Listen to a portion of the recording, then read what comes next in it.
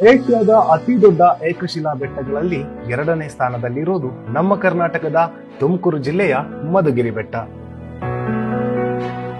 ಬೆಂಗಳೂರಿನಿಂದ 107 ಕಿಲೋಮೀಟರ್ ಇರುವ ಈ ಜಾಗಕ್ಕೆ ರಾಷ್ಟ್ರೀಯ ಹೆದ್ದಾರಿ 4ರಲ್ಲಿ ಬರುವ ಡಾಬಸ್ಪೇಟೆಯಿಂದ ಕೊರಟಗೆರೆ ಮಾರ್ಗವಾಗಿ ಮಧುಗಿರಿಗೆ ತಲುಪಬಹುದು. ಹೋಗುವ ರಸ್ತೆ ಸೌಲಭ್ಯ ಚೆನ್ನಾಗಿದೆ. 17ನೇ ಶತಮಾನದಲ್ಲಿ ನಿರ್ಮಾಣವಾಗಿರುವ ಈ ಕೋಟೆ ಈ ಬೆಟ್ಟದ ಇನ್ನೊಂದು ಆಕರ್ಷಣೆ. ಬೆಟ್ಟದಲ್ಲಿ ಅಲ್ಲಲ್ಲಿರುವ ಬುರುಜುಗಳು ಊರಿನ ಸುಂದರ ನೋಟವನ್ನೇ ಕಟ್ಟಿಕೊಡುತ್ತದೆ. ಚಾರಣ ಆರಂಭಗೊಳ್ಳುವುದು ಕೋಟೆಯ ದ್ವಾರ ಪ್ರವೇಶಿಸುವ ಮೂಲಕ. ಸ್ವಲ್ಪ ದೂರದಲ್ಲಿ ದೊಡ್ಡ ಕೆರೆಯ ಪಕ್ಕದಲ್ಲಿರುವ ನೀರಿನ ತೊಟ್ಟಿ, ಮಳೆ ನೀರು ಸಂಗ್ರಹ ಹಾಗೂ ಜಲ ಸಂರಕ್ಷಣೆಯ ಕುರಿತಾಗಿ ಅಂದಿನ ಜನರಿಗಿದ್ದ ಕಾಳಜಿಗೆ ಹಿಡಿದ ಕನ್ನಡಿಯಾಗಿದೆ. ಚಾರಣ ಪ್ರಿಯರ ಫೇವರೇಟ್ ಸ್ಪಾಟ್ ಆಗಿರುವ ಈ ಬೆಟ್ಟ ಏರಲು ಸಾಕಷ್ಟು ಶ್ರಮ ಹಾಗೂ ತಾಳ್ಮೆ ಅಗತ್ಯ.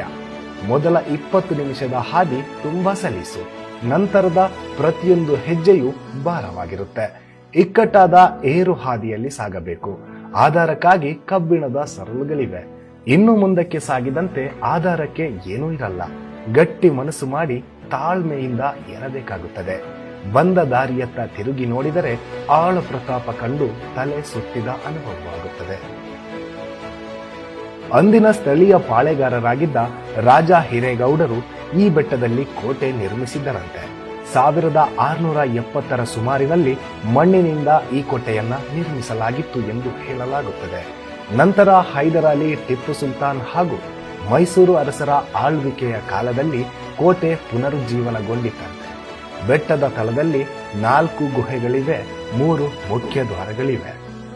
ಈ ಬೆಟ್ಟದ ತುತ್ತ ತುದಿ ತಲುಪಬೇಕಾದ್ರೆ ಕನಿಷ್ಠ 2 ಗಂಟೆಗಳು ಬೇಕಾಗುತ್ತದೆ. ನಿಮ್ಮಲ್ಲಿ ಸಾಮರ್ಥ್ಯ ಹೆಚ್ಚಿದ್ದರೆ 1 ಗಂಟೆಯಲ್ಲೂ ತಲುಪಬಹುದು.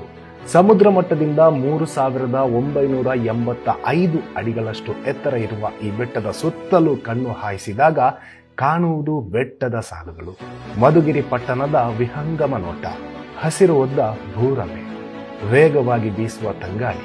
ಇವೆಲ್ಲವನ್ನ ಕಣ್ತುಂಬಿಕೊಂಡರೆ ಹತ್ತಿದ ಆಯಾಸ ಕಡಿಮೆಯಾಗತೊಡಗುತ್ತದೆ. ಬೆಟ್ಟ ಹತ್ತುವಾಗ ಶಕ್ತಿಯ ಸಹಾಯ ಬೇಕಿದ್ದರೆ ಇಳಿಯುವಾಗ ತಾಳ್ಮೆ ಬೇಕಾಗುತ್ತದೆ. ಚಾರಣಿಗ ಎಚ್ಚರ ತಪ್ಪಿದರೆ ಅಪಾಯ ಕಟ್ಟಿಟ್ಟ ಬುತ್ತಿ. ನೀವೇನಾದರೂ ಈ ಬೆಟ್ಟಕ್ಕೆ ಚಾರಣ ಮಾಡಬೇಕೆಂದಿದ್ದರೆ ಚಳಿಗಾಲ ಸೂಕ್ತ ಸಮಯ.